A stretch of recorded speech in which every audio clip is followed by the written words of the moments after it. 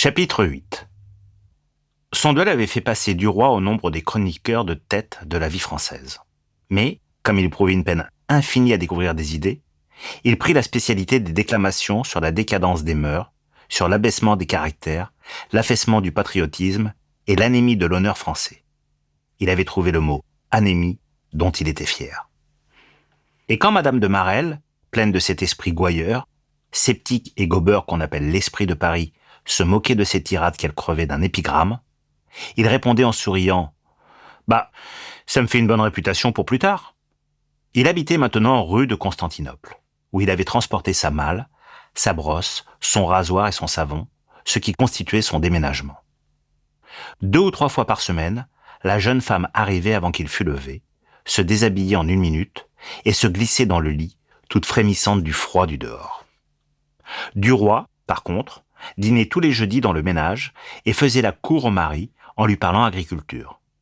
Et comme il aimait lui-même les choses de la terre, ils s'intéressaient parfois tellement tous les deux à la causerie qu'ils oubliaient tout à fait leur femme sommeillant sur le canapé. Laurine aussi s'endormait, tantôt sur les genoux de son père, tantôt sur les genoux de Bel-Ami. Et quand le journaliste était parti, Monsieur de Marelle ne manquait point de déclarer avec ce ton doctrinaire dont il disait les moindres choses. « Ce garçon est vraiment fort agréable. Il a l'esprit très cultivé. » Février touchait à sa fin.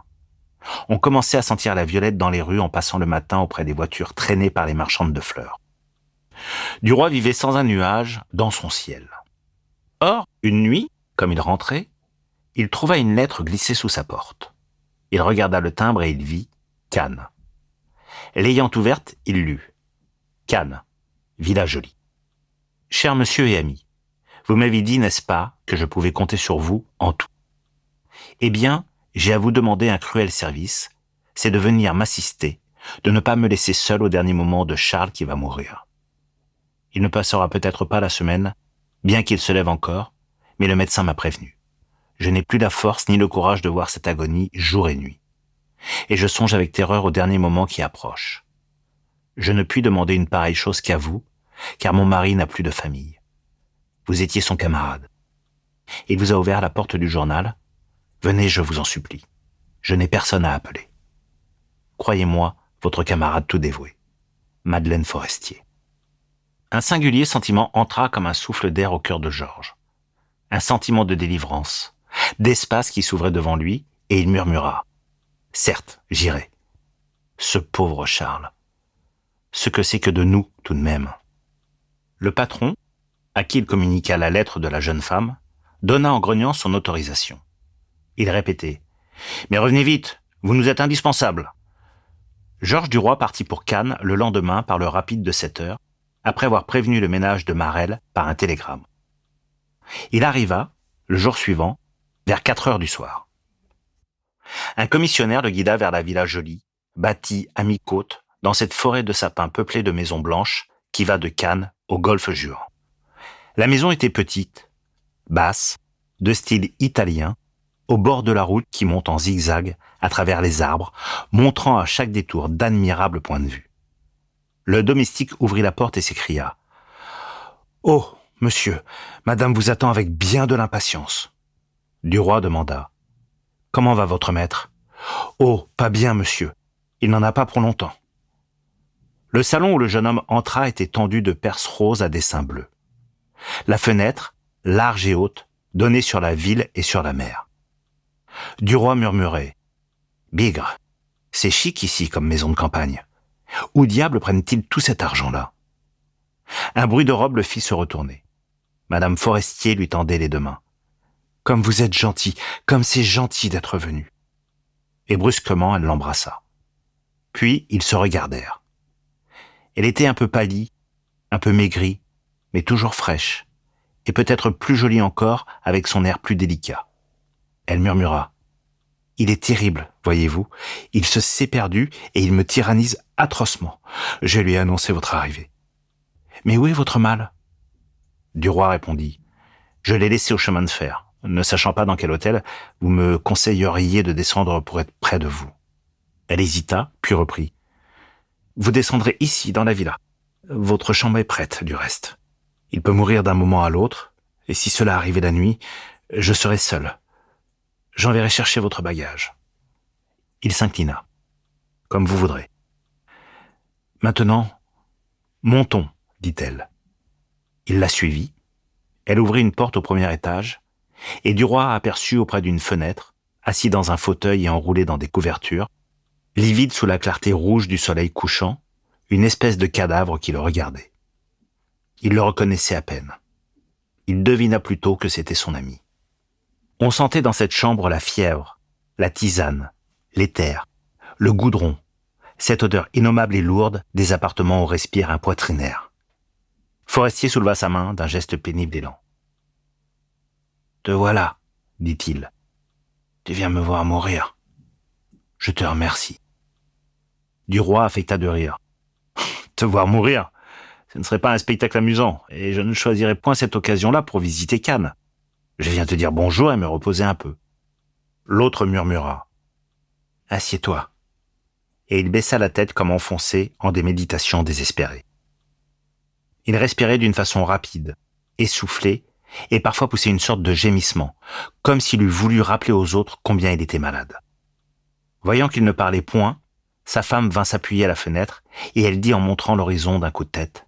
« Regardez cela, est-ce beau ?» En face d'eux, la côte semée de villas descendait jusqu'à la ville qui était couchée le long du rivage, en demi-cercle, avec sa tête à droite vers la jetée que dominait la vieille cité surmontée d'un vieux beffroi, et ses pieds, à gauche, à la pointe de la croisette, en face des îles de l'Airain. Elles avaient l'air, ces îles, de 2 taches vertes dans l'eau toute bleue. On eût dit qu'elles flottaient comme 2 feuilles immenses, tant elles semblaient plates de là-haut. Et tout au loin, fermant l'horizon de l'autre côté du golfe, au-dessus de la jetée et du beffroi, une longue suite de montagnes bleuâtres dessinaient sur un ciel éclatant une ligne bizarre et charmante de sommets tantôt arrondis, tantôt crochus, tantôt pointus, et qui finissait par un grand mont en pyramide plongeant son pied dans la pleine mer. Madame Forestier l'indiqua. « C'est l'Estérel. » L'espace derrière les cimes sombres était rouge, d'un rouge sanglant et doré que l'œil ne pouvait soutenir.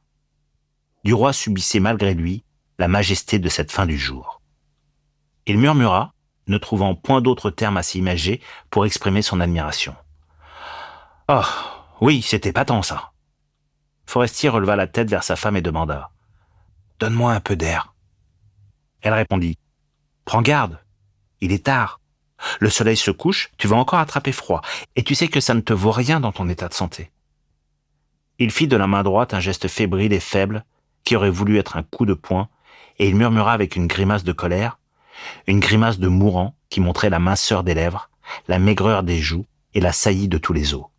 « Je te dis que j'étouffe. Qu'est-ce que ça te fait que je meure un jour plus tôt ou un jour plus tard, puisque je suis foutu ?» Elle ouvrit toute grande la fenêtre. Le souffle qui entra les surprit tous les trois comme une caresse. C'était une brise molle, tiède, paisible, une brise de printemps nourrie déjà par les parfums des arbustes et des fleurs capiteuses qui poussent sur cette côte. On y distinguait un goût puissant de résine et l'âcre saveur des eucalyptus. Forestier la buvait d'une haleine courte et fiévreuse. Il crispa les ongles de ses mains sur les bras de son fauteuil et dit d'une voix basse, sifflante, rageuse. « Ferme la fenêtre, cela me fait mal. J'aimerais mieux crever dans une cave. » Et sa femme ferma la fenêtre lentement, puis elle regarda au loin, le front contre la vitre. Duroy, mal à l'aise, aurait voulu causer avec le malade, le rassurer. Mais il n'imaginait rien de propre à le réconforter. Il balbutia. « Alors, ça ne va pas mieux depuis que tu es ici ?» L'autre haussa les épaules avec une impatience accablée. « Tu le vois bien. » Et il baissa de nouveau la tête. Duroy reprit. « Sacristi, il fait rudement bon ici, comparativement à Paris. Là-bas, on est encore en plein hiver. Il neige, il grêle, il pleut, et il fait sombre à allumer les lampes dès 3 heures de l'après-midi. » Forestier demanda. « Rien de nouveau au journal ?»« Rien de nouveau.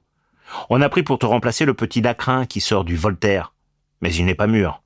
Il est temps que tu reviennes. » Le malade balbutia. « Moi ? J'irai faire de la chronique à 6 pieds sous terre maintenant. » L'idée fixe revenait comme un coup de cloche à propos de tout, reparaissait sans cesse dans chaque pensée, dans chaque phrase. Il y eut un long silence, un silence douloureux et profond. L'ardeur du couchant se calmait lentement, et les montagnes devenaient noires sur le ciel rouge qui s'assombrissait.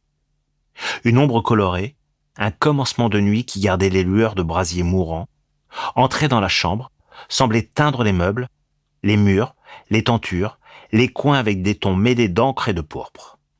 La glace de la cheminée, reflétant l'horizon, avait l'air d'une plaque de sang. Madame Forestier ne remue point, toujours debout, le dos à l'appartement, le visage contre le carreau. Et Forestier se mit à parler d'une voix saccadée, essoufflée, déchirante à entendre. Combien est-ce que j'en verrai encore de couchers de soleil? 8, 10, 15 ou 20, peut-être 30, pas plus. Vous avez du temps, vous autres. Moi, c'est fini. Et ça continuera. Après moi. Comme si j'étais là.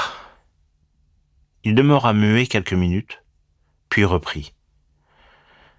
Tout ce que je vois me rappelle que je ne le verrai plus dans quelques jours. C'est horrible. Je ne verrai plus rien. Rien de ce qui existe. Les plus petits objets qu'on manie, les verres, les assiettes, les lits où l'on se repose si bien, et les voitures. C'est bon de se promener en voiture le soir. Comme j'aimais tout ça. Il faisait avec les doigts de chaque main un mouvement nerveux et léger, comme s'il eût joué du piano sur les deux bras de son siège. Et chacun de ces silences était plus pénible que ses paroles, tant on sentait qu'il devait penser à d'épouvantables choses. Et Duroy tout à coup se rappela ce que lui disait Norbert de Varenne, quelques semaines auparavant. Moi, maintenant, je vois la mort de si près que j'ai souvent envie d'étendre le bras pour la repousser. Je la découvre partout. Les petites bêtes écrasées sur les routes, les feuilles qui tombent, le poil blanc aperçu dans la barbe d'un ami, me ravagent le cœur et me crient « La voilà !» Il n'avait pas compris, ce jour-là. Maintenant, il comprenait en regardant Forestier. Et une angoisse inconnue, atroce, entrait en lui, comme s'il eût senti tout près, sur ce fauteuil où haletait cet homme, la hideuse mort à portée de sa main. Il avait envie de se lever, de s'en aller, de se sauver, de retourner à Paris, tout de suite. Oh, s'il avait su, il ne serait pas venu.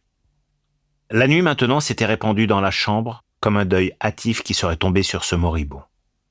Seule la fenêtre restait visible encore, dessinant, dans son carré plus clair, la silhouette immobile de la jeune femme. Et Forestier demanda avec irritation. « Eh bien, on n'apporte pas la lampe aujourd'hui ? Voilà ce qu'on appelle soigner un malade. » L'ombre du corps, qui se découpait sur les carreaux, disparut, et on entendit tinter un timbre électrique dans la maison sonore. Un domestique entra bientôt qui posa une lampe sur la cheminée. Madame Forestier dit à son mari « Veux-tu te coucher ou descendras-tu pour dîner ?» Il murmura « Je descendrai. » Et l'attente du repas les fit demeurer encore près d'une heure immobile, tous les trois, prononçant seulement parfois un mot quelconque, inutile, banal, comme s'il y eût du danger. Un danger mystérieux à laisser durer trop longtemps ce silence, à laisser se figer l'air muet de cette chambre où rôdait la mort. Enfin, le dîner fut annoncé. Il sembla long à Duroy, interminable. Il ne parlait pas, il mangeait sans bruit, puis émiettait du pain du bout des doigts. Et le domestique faisait le service, marchait, allait et venait sans qu'on entendît ses pieds, car le bruit des semelles irritant Charles, l'homme était chaussé de savates. Seul le tic-tac dur d'une horloge de bois troublait le calme des murs de son mouvement mécanique et régulier. Dès qu'on eut fini de manger, Duroy, sous prétexte de fatigue, se retira dans sa chambre et, accoudé à sa fenêtre, il regardait la pleine lune au milieu du ciel, comme un globe de lampe énorme, jeté sur les murs blancs des villas sa clarté sèche et voilée, et semait sur la mer une sorte d'écaille de lumière mouvante et douce. Et il cherchait une raison pour s'en aller bien vite, inventant des ruses, des télégrammes qu'il allait recevoir, un appel de M. Walter. Mais ses résolutions de fuite lui parurent plus difficiles à réaliser en s'éveillant le lendemain. Madame Forestier ne se laisserait point prendre à ses adresses, et il perdrait par sa couardise tout le bénéfice de son dévouement. Il se dit « Bah, C'est embêtant. Eh bien, tant pis. Il y a des passes désagréables dans la vie. Et puis, ça ne sera peut-être pas long. Il faisait un temps bleu, de ce bleu du midi qui vous emplit le cœur de joie. Et Duroy descendit jusqu'à la mer, trouvant qu'il serait assez tôt de voir Forestier dans la journée. Quand il rentra pour déjeuner, le domestique lui dit « Monsieur a déjà demandé monsieur 2 ou 3 fois. Si monsieur veut monter chez monsieur ?» Il monta. Forestier semblait dormir dans un fauteuil. Sa femme lisait, allongée sur le canapé. Le malade releva la tête. Duroy demanda « Eh bien, comment vas-tu ? Tu m'as l'air gaillard ce matin. » L'autre murmura « Oui, ça va mieux. J'ai repris des forces. Déjeune bien vite avec Madeleine, parce que nous allons faire un tour en voiture. » La jeune femme, dès qu'elle fut seule avec Duroy, lui dit « Voilà, aujourd'hui il se croit sauvé. Il fait des projets depuis le matin. Nous allons tout à l'heure au Golfe Juan acheter des faïences pour notre appartement de Paris. Il veut sortir à toute force, mais j'ai horriblement peur d'un accident. Il ne pourra pas supporter les secousses de la route. » Quand le landau fut arrivé, Forestier descendit l'escalier pas à pas, soutenu par son domestique. Mais dès qu'il aperçut la voiture, il voulut qu'on la découvrît. Sa femme résistait. « Tu vas prendre froid, c'est de la folie !» Il s'obstina. « Non, je vais beaucoup mieux, je le sens bien. » On passa d'abord dans ces chemins ombreux qui vont toujours entre 2 jardins et qui font de Cannes une sorte de parc anglais, puis on gagna la route d'Antibes, le long de la mer. Forestier expliquait le pays. Il avait indiqué d'abord la villa du comte de Paris. Il en nommait d'autres. Il était gai, d'une gaieté voulue, factice et débile de condamné. Il levait le doigt, n'ayant point la force de tendre le bras. « Tiens, voici l'île Sainte-Marguerite et le château dont Bazaine s'est évadé. Nous en a-t-on donné à garder avec cette affaire-là ?» Puis il eut des souvenirs de régiment. Il nomma des officiers qui leur rappelaient des histoires. Mais, tout à coup, la route ayant tourné, on découvrit le golfe Juan tout entier, avec son village blanc dans le fond et la pointe d'Antibes à l'autre bout. Et Forestier, saisi soudain d'une joie enfantine, balbutia. « Ah, l'escadre! Tu vas voir l'escadre !» Au milieu de la vaste baie, on apercevait en effet une demi-douzaine de gros navires qui ressemblaient à des rochers couverts de ramures. Ils étaient bizarres, difformes, énormes, avec des excroissances, des tours, des éperons s'enfonçant dans l'eau comme pour aller prendre racine sous la mer. On ne comprenait pas que cela pût se déplacer, remuer, tant il semblait lourd et attaché au fond. Une batterie flottante, ronde, haute, en forme d'observatoire, ressemblait à ces phares qu'on bâtit sur des écueils. Et un grand 3-mâts passait auprès d'eux pour gagner le large, toutes ses voiles déployées, blanches et joyeuses. Il était gracieux et joli auprès des monstres de guerre, des monstres de fer, des vilains monstres accroupis sur l'eau. Forestier s'efforçait de les reconnaître. Il nommait le Colbert, le Suffren, l'amiral Dupéré, le Redoutable, la Dévastation. Puis il reprenait. « Non, je me trompe. C'est celui-là, la Dévastation. » Ils arrivèrent devant une sorte de grand pavillon où on lisait « Faïence d'art du Golfe Juan ». Et la voiture ayant tourné autour d'un gazon, s'arrêta devant la porte. Forestier voulait acheter 2 vases pour les poser sur sa bibliothèque. Comme il ne pouvait guère descendre de voiture, on lui apportait les modèles l'un après l'autre. Il fut longtemps à choisir, consultant sa femme et Duroy. « Tu sais, c'est pour le meuble au fond de mon cabinet. De mon fauteuil, j'ai cela sous les yeux tout le temps. Je tiens à une forme ancienne, à une forme grecque. » Il examinait les échantillons, s'en faisait rapporter d'autres, reprenait les premiers. Enfin, il se décida. Et ayant payé, il exigea que l'expédition fût faite tout de suite. « Je retourne à Paris dans quelques jours, » disait-il. Ils revinrent, mais le long du golfe, un courant d'air froid les frappa soudain, glissé dans le pli d'un vallon, et le malade se mit à tousser. Ce ne fut rien d'abord, une petite crise. Mais elle grandit, devint une quinte ininterrompue, puis une sorte de hoquet, un râle. Forestier suffoqué, et chaque fois qu'il voulait respirer, la toux lui déchirait la gorge, sortit du fond de sa poitrine. Rien ne la calmait. Rien ne l'apaisait. Il fallut le porter du landau dans sa chambre, et du roi, qui lui tenait les jambes, sentait les secousses de ses pieds à chaque convulsion de ses poumons.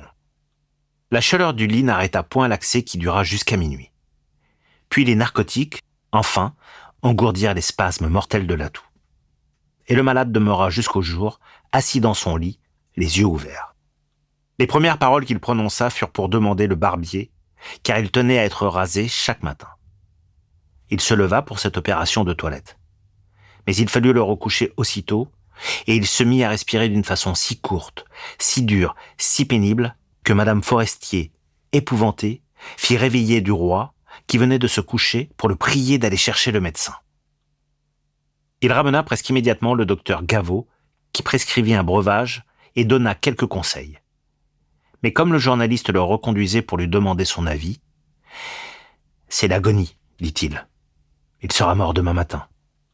Prévenez cette pauvre jeune femme et envoyez chercher un prêtre. Moi, je n'ai plus rien à faire. Je me tiens cependant entièrement à votre disposition. » Duroy fit appeler Madame Forestier. « Il va mourir. Le docteur conseille d'envoyer chercher un prêtre. Que voulez-vous faire ?» Elle hésita longtemps, puis, d'une voix lente, ayant tout calculé, « Oui, ça vaut mieux. Sous bien des rapports. Je vais le préparer, lui dire que le curé désire le voir, et je ne sais quoi, enfin. Vous seriez bien gentil, vous, d'aller m'en chercher un curé et de le choisir. Prenez-en un qui ne nous fasse pas trop de simagrées. Tâchez qu'il se contente de la confession et nous tienne quitte du reste. » Le jeune homme ramena un vieil ecclésiastique complaisant qui se prêtait à la situation. Dès qu'il fut entré chez l'agonisant, Madame Forestier sortit et s'assit avec Duroy dans la pièce voisine. « Ça l'a bouleversé, dit-elle. Quand j'ai parlé d'un prêtre, sa figure a pris une expression épouvantable, comme s'il avait senti un souffle. Vous savez, il a compris que c'était fini, enfin, et qu'il fallait compter les heures. Elle était fort pâle. Elle reprit. Je n'oublierai jamais l'expression de son visage. Certes, il a vu la mort à ce moment-là. Il l'a vue. Ils entendaient le prêtre, qui parlait un peu haut, étant un peu sourd et qui disait « mais non, vous n'êtes pas si bas que ça. Vous êtes malade, mais nullement en danger. Et la preuve, c'est que je vis en ami, en voisin. » Ils ne distinguèrent pas ce que répondit Forestier. Le vieillard reprit. « Non, je ne vous ferai pas communier. Nous causerons de ça quand vous irez bien.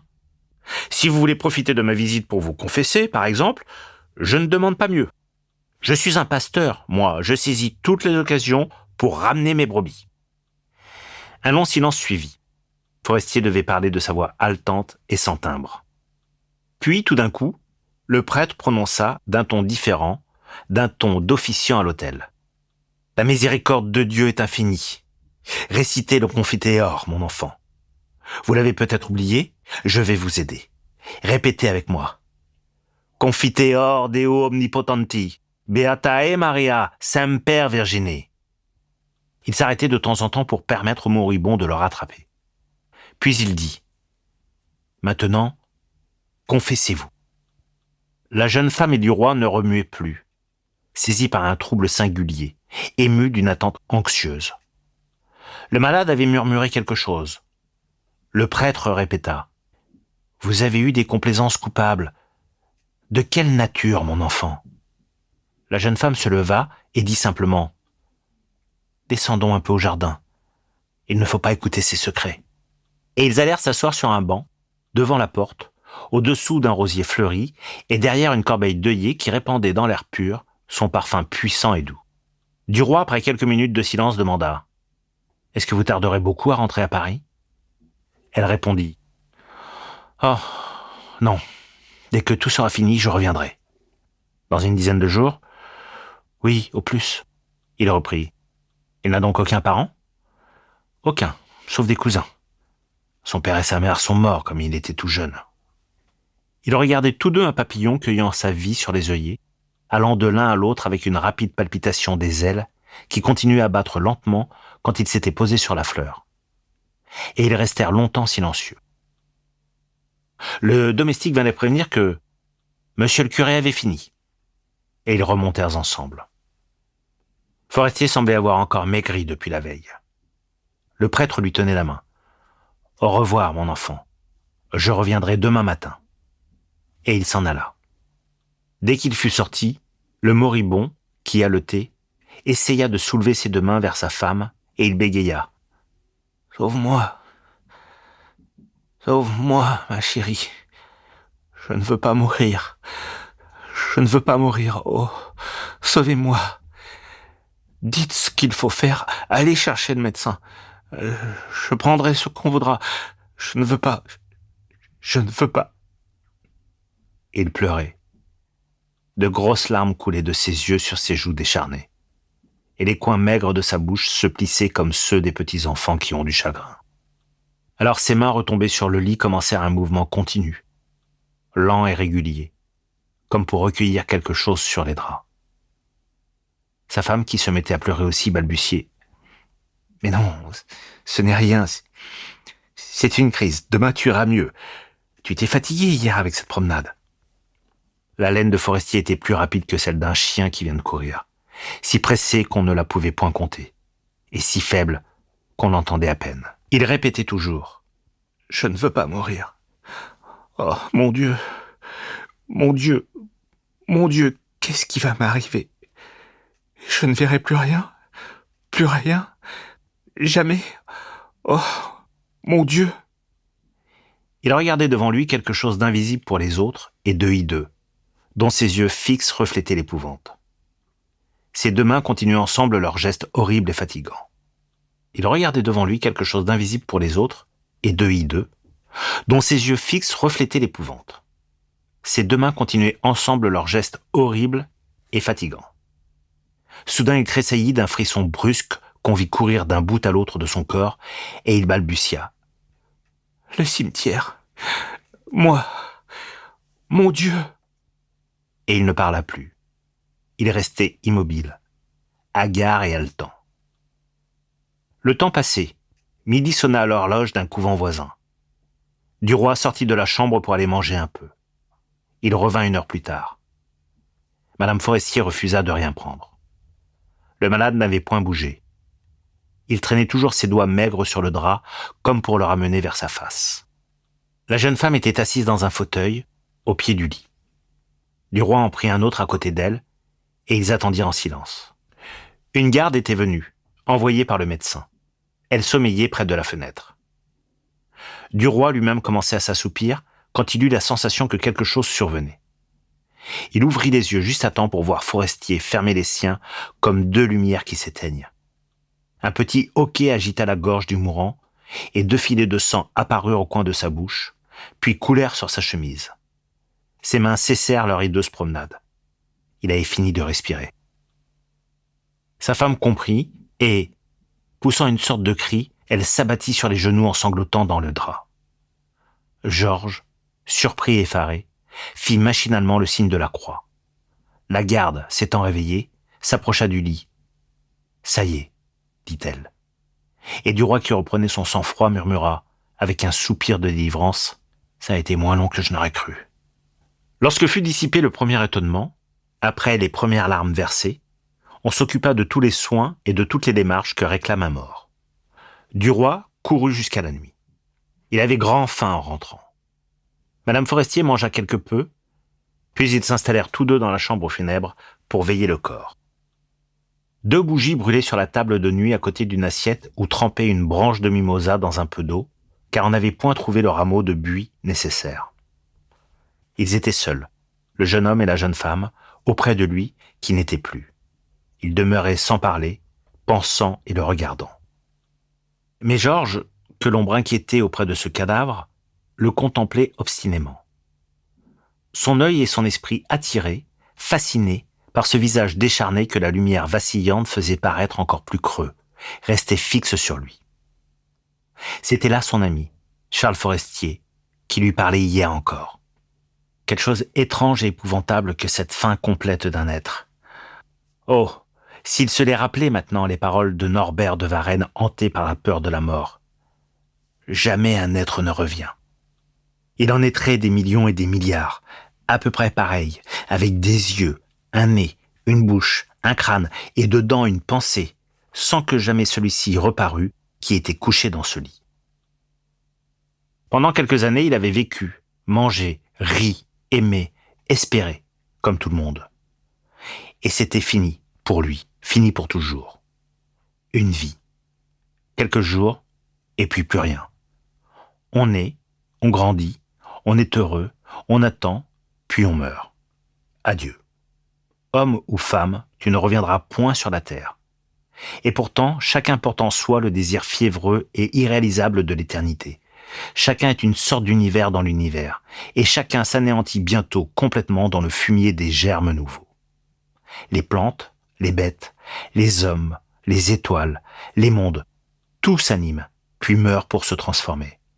Et jamais un être ne revient, insecte, homme ou planète. Une terreur confuse, immense, écrasante, pesait sur l'âme du roi, la terreur de ce néant illimité, inévitable, détruisant indéfiniment toutes les existences si rapides et si misérables. Il courbait déjà le front sous sa menace. Il pensait aux mouches qui vivent quelques heures, aux bêtes qui vivent quelques jours, aux hommes qui vivent quelques ans, aux terres qui vivent quelques siècles. Quelle différence donc entre les uns et les autres? Quelques horreurs de plus, voilà tout. Il détourna les yeux pour ne plus regarder le cadavre. Madame Forestier, la tête baissée, semblait songer aussi à des choses douloureuses. Ses cheveux blonds étaient si jolis sur sa figure triste qu'une sensation douce comme le toucher d'une espérance passa dans le cœur du jeune homme. Pourquoi se désoler quand il avait encore tant d'années devant lui? Et il se mit à la contempler. Elle ne le voyait point, perdu dans sa méditation. Et il se mit à la contempler. Elle ne le voyait point, perdu dans sa méditation. Il se disait, voilà pourtant la seule chose de la vie, l'amour, tenir dans ses bras une femme aimée. Là est la limite du bonheur humain. Quelle chance il avait eue, ce mort, de rencontrer cette compagne intelligente et charmante. Comment s'était-il connu? Comment avait-elle consenti, elle, à épouser ce garçon médiocre et pauvre? Comment avait-elle fini par en faire quelqu'un? Alors il songea à tous les mystères cachés dans les existences. Il se rappela ce qu'on chuchotait du comte de Vaudrec qu'il avait doté et marié, disait-on. Qu'allait-elle faire maintenant? Qui épouserait-elle? Un député, comme le pensait Madame de Marelle, ou quelque gaillard d'avenir, un forestier supérieur? Avait-elle des projets, des plans, des idées arrêtées? Comme il eût désiré savoir cela. Avait-elle des projets, des plans, des idées arrêtées? Comme il eût désiré savoir cela. Mais pourquoi ce souci de ce qu'elle ferait? Il se le demanda et s'aperçut que son inquiétude venait d'une de ces arrière-pensées confuses, secrètes, qu'on se cache à soi-même et qu'on ne découvre qu'en allant fouiller au fond de soi. Oui, pourquoi n'essaierait-il pas lui-même cette conquête, comme il serait fort avec elle et redoutable, comme il pourrait aller vite et loin et sûrement? Et pourquoi ne réussirait-il pas? Il sentait bien qu'il lui plaisait, qu'elle avait pour lui plus que de la sympathie, une de ces affections qui naissent entre deux natures semblables et qui tiennent autant d'une séduction réciproque que d'une sorte de complicité muette. Elle le savait intelligent, résolu, tenace, elle pouvait avoir confiance en lui. Ne l'avait-elle pas fait venir en cette circonstance si grave? Et pourquoi l'avait-elle appelé? Ne devait-il pas avoir là une sorte de choix, une sorte d'aveu, une sorte de désignation? Si elle avait pensé à lui, juste à ce moment où elle allait devenir veuve, c'est que, peut-être, elle avait songé à celui qui deviendrait de nouveau son compagnon, son allié, et une envie impatiente le saisit de savoir, de l'interroger, de connaître ses intentions. Il devait repartir le surlendemain, ne pouvant demeurer seul avec cette jeune femme dans cette maison. Donc il fallait se hâter, il fallait, avant de retourner à Paris, surprendre avec adresse, avec délicatesse, ses projets et ne pas la laisser revenir, céder aux sollicitations d'un autre peut-être et s'engager sans retour. Le silence de la chambre était profond. On n'entendait que le balancier de la pendule qui battait sur la cheminée, son tic-tac métallique et régulier. Il murmura. « Vous devez être bien fatigué. » Elle répondit. « Oui, mais je suis surtout accablé. » Le bruit de leur voix les étonna, sonnant étrangement dans cet appartement sinistre. Et ils regardèrent soudain le visage du mort, comme s'ils se fussent attendus à le voir remuer, à l'entendre leur parler, ainsi qu'il faisait quelques heures plus tôt. Duroy reprit. « Oh, c'est un gros coup pour vous, et un changement si complet dans votre vie, un vrai bouleversement du cœur et de l'existence entière. » Elle soupira longuement sans répondre. Il continua. « C'est si triste pour une jeune femme de se trouver seule comme vous allez l'être. » Puis il se tut. Elle ne dit rien. Il balbutia. « Dans tous les cas, vous savez le pacte conclu entre nous. Vous pouvez disposer de moi comme vous voudrez. Je vous appartiens. » Elle lui tendit la main en jetant sur lui un de ces regards mélancoliques et doux qui remuent en nous jusqu'aux moelles des os. « Merci, vous êtes bon. Excellent. Si j'osais, si je pouvais quelque chose pour vous, je dirais aussi « Comptez sur moi. » Il avait pris la main offerte et il la gardait, la serrant, avec une envie ardente de la baiser. Il s'y décida enfin, et l'approchant lentement de sa bouche, il tint longtemps la peau fine, un peu chaude, fiévreuse et parfumée contre ses lèvres. Puis, quand il sentit que cette caresse d'ami allait devenir trop prolongée, il sut laisser retomber la petite main. Elle s'en revint mollement sur le genou de la jeune femme qui prononça gravement « Oui, je vais être bien seule, mais je m'efforcerai d'être courageuse. » Il ne savait comment lui laisser comprendre qu'il serait heureux, bien heureux, de l'avoir pour femme à son tour. Certes, il ne pouvait pas le lui dire, à cette heure, en ce lieu, devant ce corps. Cependant, il pouvait, lui semblait-il, trouver une de ces phrases ambiguës, convenables et compliquées, qui ont des sens cachés sous les mots et qui expriment tout ce qu'on veut par leur réticence calculée. Mais le cadavre le gênait, le cadavre rigide, étendu devant eux, et qu'ils sentaient entre eux. Depuis quelque temps d'ailleurs, il croyait saisir dans l'air enfermé de la pièce une odeur suspecte, une haleine pourrie venue de cette poitrine décomposée. Le premier souffle de charogne que les pauvres morts couchés en leur lit jettent aux parents qui les veillent. Souffle horrible dont ils emplissent bientôt la boîte creuse de leur cercueil. Duroy demanda « Ne pourrait-on ouvrir un peu la fenêtre ?»« Il me semble que l'air est corrompu. » Elle répondit « Mais oui, je venais aussi de m'en apercevoir. » Il alla vers la fenêtre et l'ouvrit. Toute la fraîcheur parfumée de la nuit entra, troublant la flamme des 2 bougies allumées auprès du lit. La lune répandait, comme l'autre soir, sa lumière abondante et calme sur les murs blancs des villas et sur la grande nappe luisante de la mer. Duroy, respirant à plein poumon, se sentit brusquement assailli d'espérance, comme soulevé par l'approche frémissante du bonheur. Il se retourna. « Venez donc prendre un peu le frais, » dit-il. « Il fait un temps admirable. » Elle s'en vint tranquillement et s'accouda près de lui. Alors il murmura à voix basse. « Écoutez-moi et comprenez bien ce que je veux vous dire. Ne vous indignez pas, surtout de ce que je vous parle d'une pareille chose en un semblable moment, mais je vous quitterai après-demain, et quand vous reviendrez à Paris, il sera peut-être trop tard. Voilà. Je ne suis qu'un pauvre diable sans fortune et dont la position est à faire, vous le savez. Mais j'ai de la volonté, quelques intelligences à ce que je crois, et je suis en route, en bonne route. Avec un homme arrivé, on sait ce qu'on prend. Avec un homme qui commence, on ne sait pas où il ira. Tant pis ou tant mieux. Enfin, je vous ai dit un jour, chez vous, que mon rêve le plus cher aurait été d'épouser une femme comme vous. Je vous répète aujourd'hui ce désir. Ne me répondez pas. Laissez-moi continuer. Ce n'est point une demande que je vous adresse. Le lieu et l'instant la rendraient odieuse. Je tiens seulement à ne point vous laisser ignorer que vous pouvez me rendre heureux d'un mot, que vous pouvez faire de moi soit un ami fraternel, soit même un mari, à votre gré, que mon cœur et ma personne sont à vous. Je ne veux pas que vous me répondiez maintenant. Je ne veux plus que nous parlions de cela, ici. Quand nous nous reverrons, à Paris, vous me ferez comprendre ce que vous aurez résolu. Jusque-là, plus un mot, n'est-ce pas ? Il avait débité cela sans la regarder, comme s'il eût semé ses paroles dans la nuit devant lui. Et elle semblait n'avoir point entendu, tant elle était demeurée immobile, regardant aussi devant elle, d'un œil fixe et vague, le grand paysage pâle éclairé par la lune. Ils demeurèrent longtemps côte à côte, coude contre coude, silencieux et méditant. Puis elle murmura « Il fait un peu froid ». Et s'étant retournée, elle revint vers le lit. Il la suivit. Lorsqu'il s'approcha, il reconnut que vraiment Forestier commençait à sentir. Et il éloigna son fauteuil, car il n'aurait pu supporter longtemps cette odeur de pourriture. Il dit « Il faudra le mettre en bière dès le matin. » Elle répondit « Oui, oui, c'est entendu. Le menuisier viendra vers 8 heures. » Et Duroy ayant soupiré, « Pauvre garçon !» Elle poussa à son tour un long soupir de résignation navrée. Il le regardait moins souvent, accoutumé déjà à l'idée de cette mort, commençant à consentir mentalement à cette disparition qui, tout à l'heure encore, les révoltait et les indignait, eux qui étaient mortels aussi. Il ne parlait plus, continuant à veiller d'une façon convenable, sans dormir. Mais, vers minuit, Duroy s'assoupit le premier. Quand il se réveilla, il vit que Madame Forestier sommeillait également, et ayant pris une posture plus commode, il ferma de nouveau les yeux en grommelant « Sacristi, on est mieux dans ses draps, tout de même. » Un bruit soudain le fit tressauter. La garde entrait. Il faisait grand jour. La jeune femme, sur le fauteuil en face, semblait aussi surprise que lui.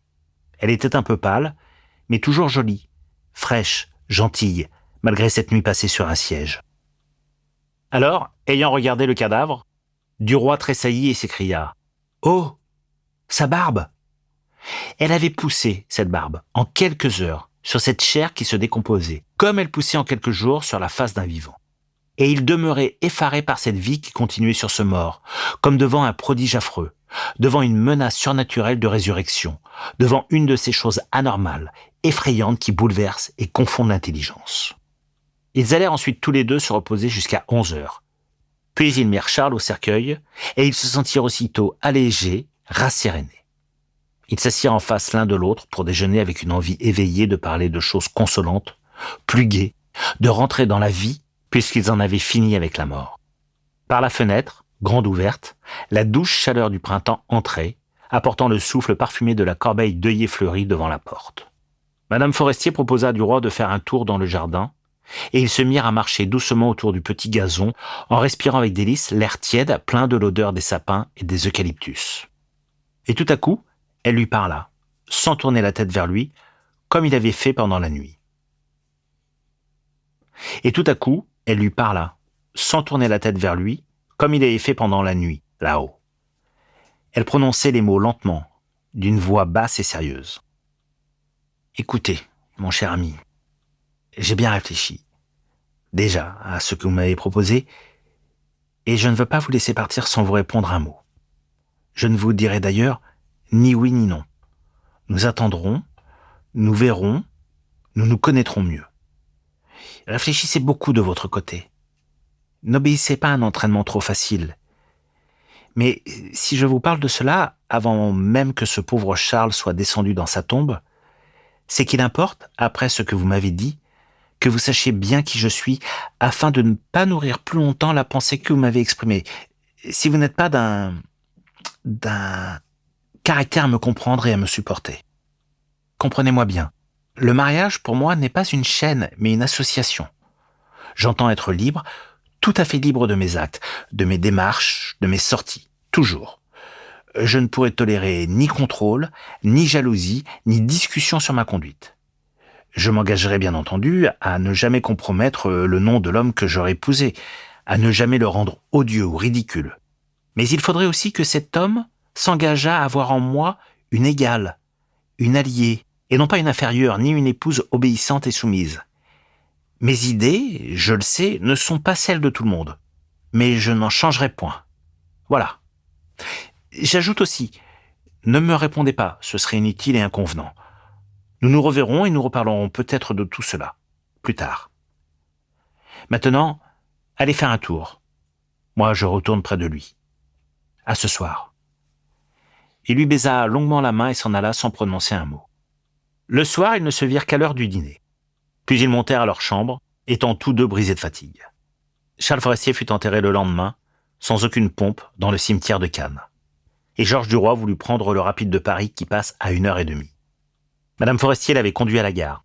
Il se promenait tranquillement sur le quai, en attendant l'heure du départ, et parlait de choses indifférentes. Le train arriva, très court, un vrai rapide, n'ayant que 5 wagons. Le journaliste choisit sa place, puis redescendit pour causer encore quelques instants avec elle, saisi soudain d'une tristesse, d'un chagrin, d'un regret violent de la quitter, comme s'il allait la perdre pour toujours. Un employé criait « Marseille, Lyon, Paris, en voiture !» Duroy monta, puis s'accouda à la portière pour lui dire encore quelques mots. La locomotive siffla et le convoi doucement se mit en marche. Le jeune homme, penché hors du wagon, regardait la jeune femme immobile sur le quai et dont le regard le suivait.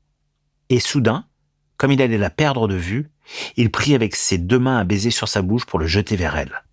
Elle le lui renvoya d'un geste plus discret, hésitant, ébauché seulement.